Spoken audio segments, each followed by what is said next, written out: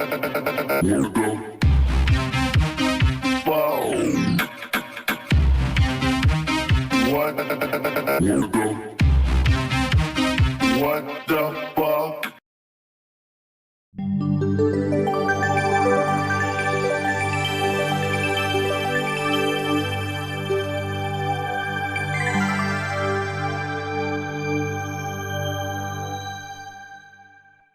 In the 1998 science fiction classic Deep Impact, the film comes to a dramatic crisis point as a large asteroid slams into the Atlantic Ocean. Given that the Earth's ocean covers 71% of its surface, a deep impact event such as the one portrayed in this film is more likely than any other impact scenario. This is of grave concern because recent population studies tell us that the overwhelming bulk of humanity lives along or near a coastline. And what you're going to see in this program is that this concern is now greater than ever before. And worse yet, the threat has begun to skyrocket in the last few years.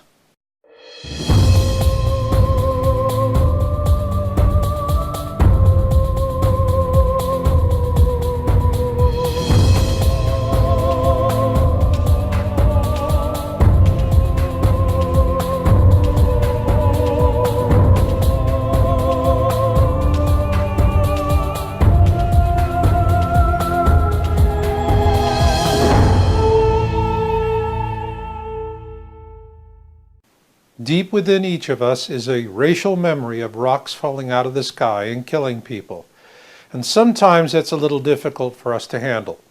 So like children, we turn on all the lights, lock the closet door, jump into bed and pull the covers over our heads and say, if the monsters can't see me, they can't hurt me.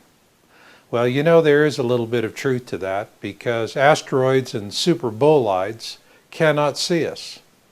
But that will not stop them from killing us. On February 15, 2013, a superbolide meteor blindsided everyone on the planet, including NASA and the Russian Air Defense System. Entering Earth's atmosphere at a shallow angle, it growled through the skies at 60 times the speed of sound and detonated over a remote region of the Chelyabinsk Oblast, at an altitude of 18.4 miles above the ground. Thankfully, nobody died, but nearly 1,500 people were injured, including 311 children. There were a few serious injuries, but most were hurt by glass falling on them, or worse, having shards of glass blown into their faces by the detonation as they looked out their windows to see what was growling across the sky. When the superbolide detonated, it was momentarily 30 times brighter than the sun, which caused hundreds to suffer eye pain and temporary flash blindness.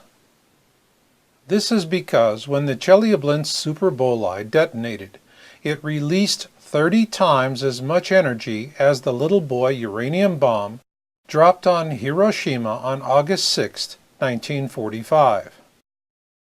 One can only imagine the death and havoc an event such as this would have created had it detonated over a major city like Paris, New York, Moscow, or London.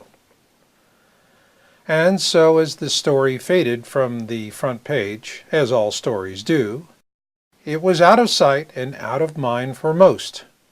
But for a few in the science community, the event triggered a new awareness that perhaps we'd become complacent about the threat of an impact event. Nonetheless, when it does come, and it will do so with a vengeance, what will you do then? Where will you drive to when the streets become parking lots? And where do you hide from a mountain of water? Nowhere. This is why in the first program in this series, Planet X 101, Who, What, When, Where, Why, and How, we presented our initial analysis of fireball observation reports. Our source is the American Meteor Society, and you can learn more about this reporting site at amsmeteors.org. For over a year we've been studying their reporting data, and what it told us is that for those living along a coastline, it's time to bust a move inland. In my case, it was from Santa Cruz on the northern California coast to Reno, Nevada. But that's just me. As for you, if you live along a coastline and you're watching this, then I also suggest you visit our site at yowza.com, that's YOWUSA.com, to read my article, It's Time to Bust a Move. Then you decide for yourself. In this program, we're going to give you a detailed analysis of AMS Meteor Observation Report data. Let's get started with yearly trends.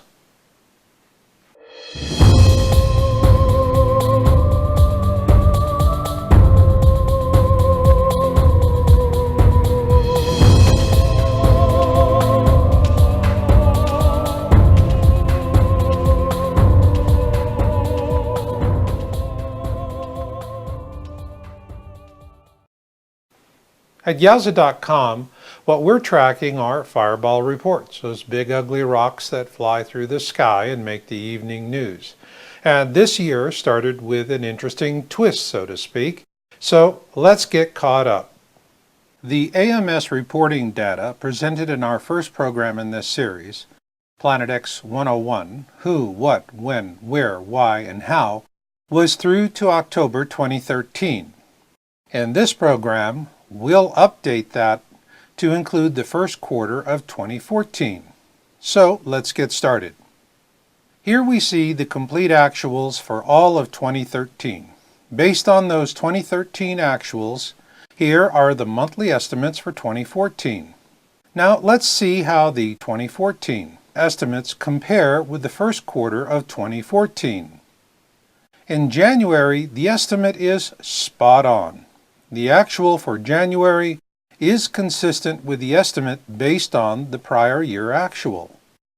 However, in February, we see a drop, not only from the estimate, but from the February 2013 actual as well. Again in March, we see the same thing as February. The actual is below the estimate as well as the prior year actual. So what could account for this? First off, we're not talking about meteor showers like the Perseids, which many of us enjoy watching on warm August nights. Rather, we're tracking fireballs such as the one observed over Japan in January of this year. Large, solitary rocks that come screaming out of the heavens. With that in mind, here is one explanation for the first quarter drop in fireball observation reports. As we've reported, we're tracking an approaching second sun in our system. Astronomers have named it Nemesis. It is the core of what we refer to as the Planet X system. Nemesis is a brown dwarf companion to Sol, with its own planets and rings as well. To illustrate one explanation for the drop in the 2014 first quarter fireball observations, let's use this illustration of the rings of Saturn as the backdrop for our example. In this case, the data could be telling us that Earth is now between the bands. Therefore, we do not really know what is coming next. Another bigger band? Or could it be over? With either scenario, the terms coincidence and natural variability come to mind. They did for us, and for that reason, we dug hard into the data. And here is what we found.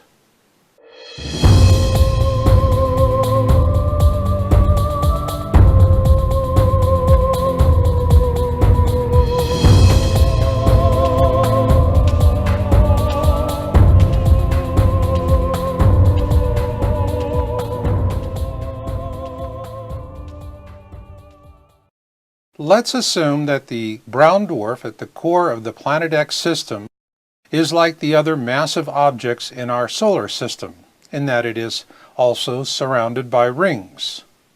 So, Are we encountering those rings? If so, how would it be expressed in the data? Let's see.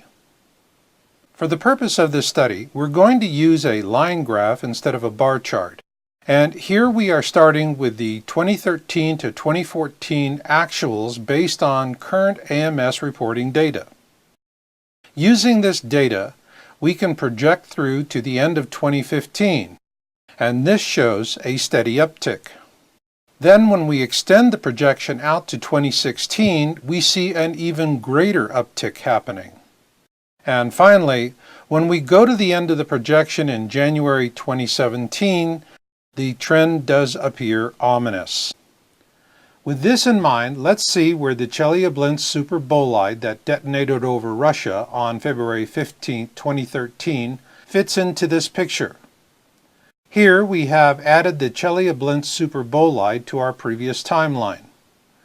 What it shows is that there has been a steady uptick in actuals since that event.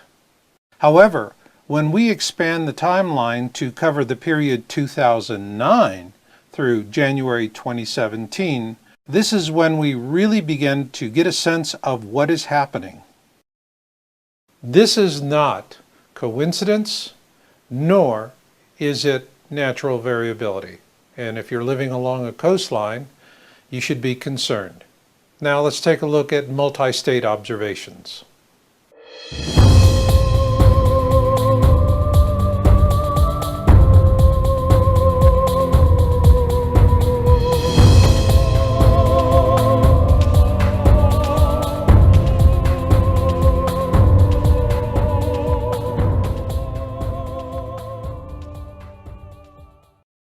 The interesting thing about the Chelyabinsk super bolide that detonated in the skies over Russia last year was that it came right out of the sun. And so both the Russian air defense system and NASA were completely blindsided. This is why we take a special interest in multi-state fireball reports, as these tend to be large fireballs or super bolides with shallow trajectories such as the Chelyabinsk super bolide. It's not uncommon to see reports coming in from 3 or 4 states for these large fireballs, or in some cases, 2 or more countries. So let's see what the data tells us. Here we see the updated actuals for all of 2013, which tracks closely with the yearly trends we saw before. Using those actuals, we were able to project estimates for 2014. So let's see how the estimates compare with the first quarter of this year. In January, we're seeing that the estimate and the actual are spot on. While the February actual is well below the estimate, it's not that far off from the 2013 actual for February. And in March of this year, we see that the actual is on par with February, but significantly lower than the actual for 2013 as well as the estimate for this year. But if you think we're out of the woods, don't draw that conclusion in haste, not until you see what we have next.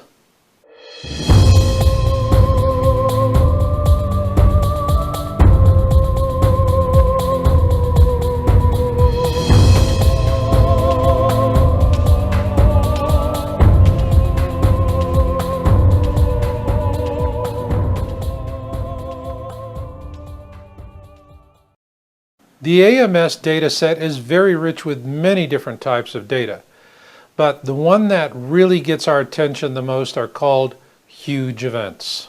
In the first program in this series, Planet X 101, Who, What, When, Where, Why, and How, we introduced viewers to the AMS classification system, where mid-sized events get 6 to 20 reports, significant events get 21 to 50, and large events get 51 to 100.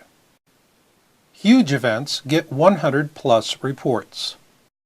The huge classification is usually reserved for the biggest, brightest, and noisiest space rocks.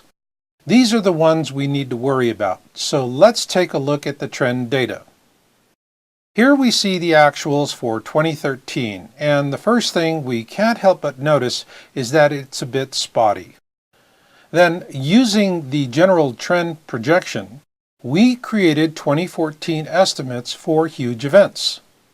So let's see how the estimates fit with the actuals so far for this year.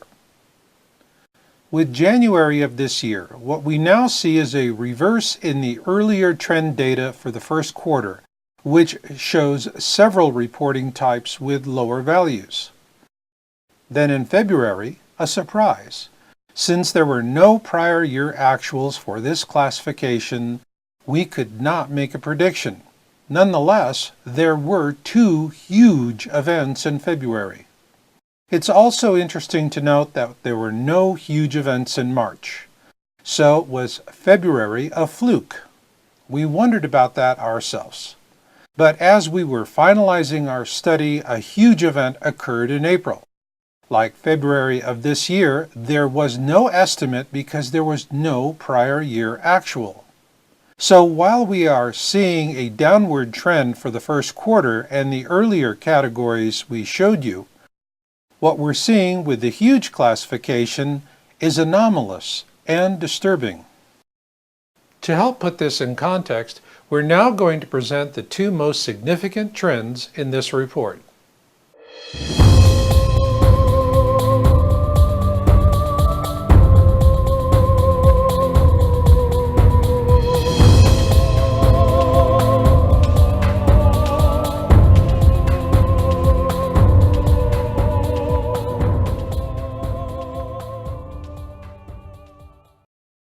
We're now going to show you the 2 most significant trends, huge events and multi-state events. We are going to use 2013 actuals for multi-state events and huge events to set a baseline for this comparison. And here we see the addition of the 2014 estimates, which track closely with the 2013 actuals. With this in mind, we are going to see how the first quarter of 2014 compares with the 2013 actuals and 2014 estimates. Here we see that January 2014 is right on track with the 2013 estimate for multi-state events, but a little higher for huge events. For multi-state events in February 2014, we see a drop below the 2013 actual level. However, huge events are still significantly above 2013 actuals and 2014 estimates. In March, we see the downward trend for multi-state events has leveled out a bit. But on the other hand, it has plummeted in terms of huge events. Once again, we factor in the late reporting data for huge events in April of 2014, and we see an uptick that does rise above the 2013 actuals and the 2014 estimates, while at the same time, we're seeing a virtual flat line on multi-state events. In terms of similar reporting outside the U.S., we did not find any sources as competent or as thorough as the American Meteor Society. But this is what we did piece together. There was no significant reporting of fireballs until September 2013. Since then, we've been able to follow 2 principal areas. In Europe, we're seeing multi-country reports that span all the way across Europe, over the UK, and some even as far as Ireland. In Oceania, we're seeing multi-country reports that span the distance from New Zealand to Australia. These observations are based on the timestamps of the reports. Given that 71% of the surface of our planet is covered by oceans, we believe that unless these trends dramatically reverse themselves this year, there is a high likelihood of a deep impact event in our near future. This was a key factor in my own decision to bust a move from the Santa Cruz area of California to Reno, Nevada. Now, for those of you living along a coastline, I hope you take the information presented in this program to heart, and that you do the same. And just remember, every day of procrastination is one less day of survival options. And I'll leave it on that note.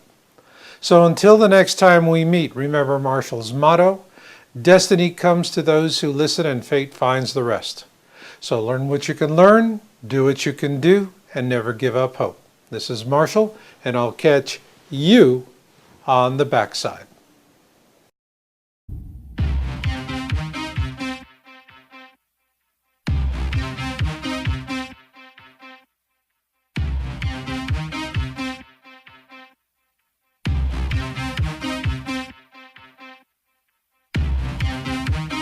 What? Weirdo. Wow. What? Weirdo. What the fuck?